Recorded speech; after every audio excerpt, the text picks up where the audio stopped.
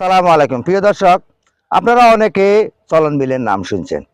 চলন বিল অবস্থিত হইল নাটোর জেলায়, কিন্তু চলন বিলের কিছু অংশ পড়ছে পাবনা জেলায়। পাবনা চাটমোহর চরপাড়ায় উত্তর পূর্ব অংশ পড়ছে চলন বিলের। কিন্তু চলন বিলে শিয়ালের আনাগোনা যথেষ্ট পরিমাণ, কারণ এখানে দিনের বেলায় শিয়াল শত শত মানে হাজার হাজার শিয়াল এখানে আনাগোনা। যখন আসরের নামাজের সময় হয়, আসর আজান দেয়, তখন কিন্তু শিয়ালের একটা উপস্থিতি বাড়ে বেশি।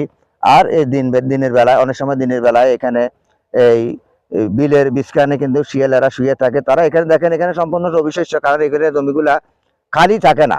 জমিন যদি খালি থাকতো তাহলে কিন্তু শিয়াল হত্যা এক ছেড়ে থাকতো। এখানে আশেপাশে শিয়াল, এই যে একটু আগে আসরে আজান দিছে, আসরে আজান দেওয়ার পরে আসরে আজানের সাথে সাথে কিন্তু শিয়াল সবাই একসাথে ডাক ছাড়ছে। তাই অনেক সময় ওই দিন একটা মহিলাকে কামড় দিয়েছে শিয়াল। এই পর্যন্ত মনে হয় 3টা মানুষকে অ্যাক্সিডেন্ট করেছে শিয়ালে। আপনারা আমার স্ক্রিনে দেখতেছেন, এখানে চলন বিলের দৃশ্যগুলো আমি দেখাচ্ছি। অনেক বড় বিল, এটার কোনো শেষ নাই। এই যে এখন আমি দেখাচ্ছি, এটা দেখতেছেন, এটা কোনো শেষ আছে? ওইদিকে কোনো বাড়িঘর আছে? নাই, ওইদিকে কোনো বাড়িঘর নাই। ওইদিকে সম্পূর্ণ জমিন আর জমিন, এখানে সব জমিন আর জমিন। এই চলন বিল, এটারা বলা হয় চলন বিল। চলন বিলের বেশি অংশ নাটোর জেলায়, আর উত্তর পূর্ব অংশ হইল পাবনা জেলায়। তাই আমি এই পাবনা থেকে কিন্তু ভিডিওগুলো দিচ্ছি আপনাদেরকে চলন বিলের। তাই আমি এখন আসরের নামাজের আজান দিচ্ছি, কিন্তু আমার কাছে অনেক ভয় লাগতেছে। অনেক মানুষ কিন্তু আছে, মানুষ আছে বিদায় আমি এখানে রয়েছি।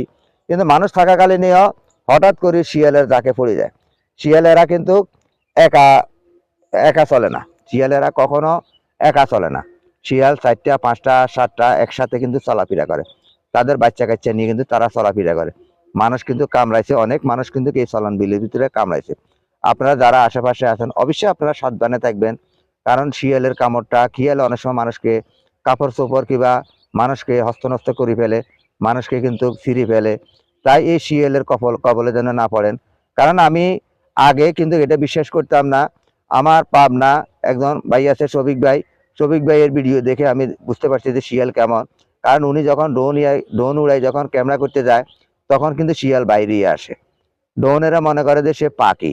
তাই আজকে কিন্তু আমি নিজে স্বয়ং এখানে শিয়ালের উপস্থিতি দেখেছি। কিংবা আসরের আজানের সময় আমি ভিডিও বানাইতেছি, আমার ভিডিওর পাশে দিয়ে কিন্তু সেই শিয়ালগুলো চেঁচামেচি করতেছে, ডাকতেছে, ওই দিকে ডাকতেছে। যে খাম্বা দেখা যাইতেছে, খাম্বার ওই পাশে দেখেন এখানে মানুষও আছে, কিন্তু এখানে শিয়াল ডাকতেছে।